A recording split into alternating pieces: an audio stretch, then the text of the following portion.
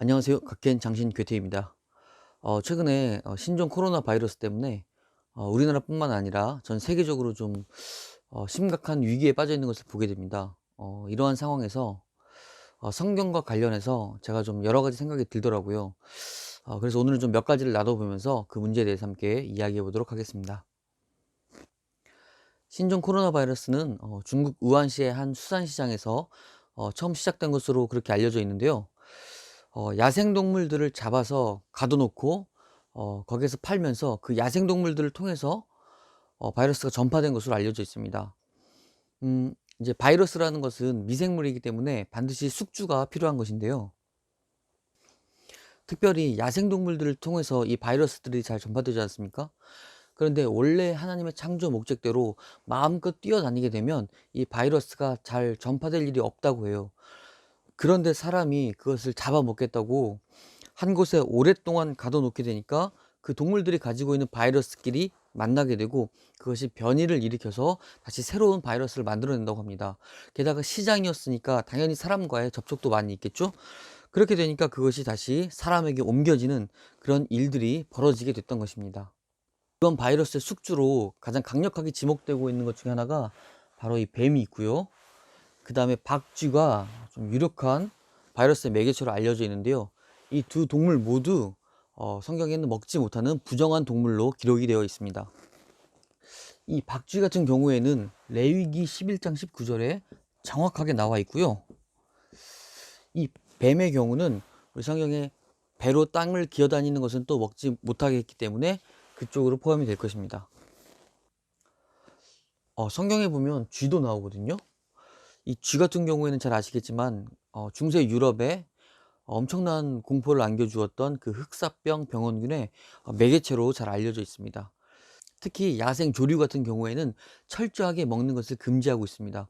정말 우리에게 보란 듯이 하나하나 그 이름을 다 기록해 가면서 절대 먹지 말 것을 강력하게 말씀하셨죠. 우리가 조류 독감을 생각해 보면 정말 왜 그렇게까지 하는지 이해가 되는 부분입니다. 정말 이런 것들을 봤을 때 하나님께서 전염병의 매개체가 될 만한 것들을 철저하게 막는 것을 율법을 통해서 우리가 확인해 볼 수가 있는데요. 율법이라는 게 하나님께서 사람들을 괴롭히려고 하신다거나 뭐 힘들게 하시려고 하는 게 절대 아니라는 것입니다. 사람들이 사회생활을 할 수 있도록 최소한의 규범 내지는 안전장치를 율법의 테두리 안에서 이렇게 마련해 주신 것이죠. 그렇다면 하나님께서는 왜 이런 동물을 먹지 말라고 엄격하게 규정하셨을까라는 것을 생각해 봤을 때 모세가 율법을 받았을 때 이스라엘 백성들이 어떤 상황에 놓여 있었는가를 생각해 보면 금방 답이 나오는 것입니다. 모세가 하나님께 율법을 받았을 때 이스라엘 백성들이 어디에 있었습니까? 네, 바로 광야에서 생활을 하고 있었죠. 장정만 60만 명, 어린이, 여자들까지 다 합치면 약 200만 명이나 되는 사람들이 함께 모여서 집단 생활을 하고 있었다는 것입니다.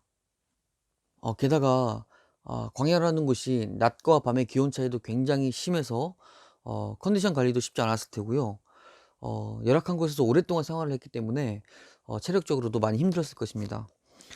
이런 상황에서 광야에서 집단으로 생활을 하는 이스라엘 백성들에게 전염병이 한번 돌면 이 이스라엘 백성들은 그대로 망하게 되는 것입니다. 그래서 율법을 자세히 살펴보면 위생에 관련된 것이라든지 아니면 전염병을 막는 방법, 세균의 2차 감염을 막는 방법 등이 아주 자세하게 기록되어 있다는 것을 우리가 확인해 볼 수 있습니다. 그래서 음식 같은 경우에 어쨌든 성경에서 먹지 말라고 하는 음식은 안 먹는 게 좋다고 생각을 하거든요. 그런데 우리가 돼지고기 많이 먹잖아요. 그런데 이 돼지 같은 경우에 어, 발이 갈라져서 쪽발이기는 하지만 책임질을 하지 못하므로 먹을 수 없는 음식으로 되어 있습니다. 물론 이제 원래 유목 생활을 하던 이스라엘 백성들이 이 돼지를 키우기에 쉽지 않았던 것도 있죠. 지금은 예수님을 믿는 것 자체를 율법의 완성으로 보기 때문에 이런 규정들을 지켜야 한다라는 개념은 조금 약해진 것은 사실이지만요. 가만히 생각해 보면 우리가 고혈압이나 당뇨 같은 것의 원인이 되는 것이 비만인데요. 그 비만의 최고의 원인이 되는 것이 바로 돼지고기 아니겠습니까? 그렇게 보면 이 돼지고기도 사실 가급적이면 안 먹는 게 좋지 않나라는 것이 또 저의 개인적인 생각이기도 합니다.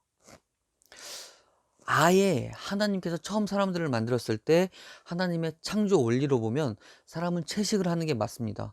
육식은 노아의 홍수 이후에 먹을 것이 부족해지면서 하나님께서 허락을 해 주신 것이거든요. 그렇게 보면 우리가 육식은 조금 자제하고 채식 위주로 먹는 것이 하나님의 창조 원리에도 맞지 않나, 이런 생각을 해보게 됩니다. 저도 그렇고 우리가 고기 먹는 것을 엄청 좋아하잖아요. 그런데 이런 식생활을 조금 바꿔보는 것이 건강을 위해서 큰 도움이 될 것 같습니다. 자, 조금 자세히 정리를 해보면 율법에 이 위생에 관한 것들이 굉장히 자세히 나와 있어요. 예를 들어서 동물의 사체를 만진 사람은 반드시 옷을 빨아야 한다고 되어 있는데요. 옷을 빨면서 당연히 손도 같이 씻게 되겠죠. 옷과 손에 묻어 있을지도 모르는 그 세균들을 제거하는 행위라고 볼 수 있겠습니다. 또 곰팡이가 피어 있는 집이 있으면 그것을 확인한 후에 악성 곰팡이이면 그 집의 재료들을 모두 마을 밖에 갖다 버리도록 되어 있습니다. 역시 혹시라도 곰팡이가 퍼질 것에 대비해서 철저히 차단하는 것이겠죠.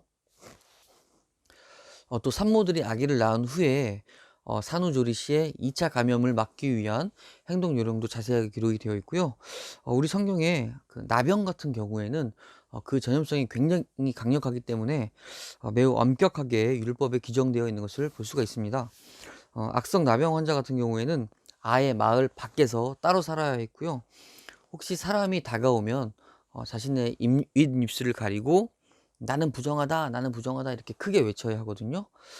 그것도 이렇게 호흡기로 전염되는 것을 막기 위해서 입을 막은 행동이라고 볼 수 있고요. 또 사람이 다가오지 못하게 경고의 의미로 큰 소리를 냈다고 볼 수 있는 것입니다.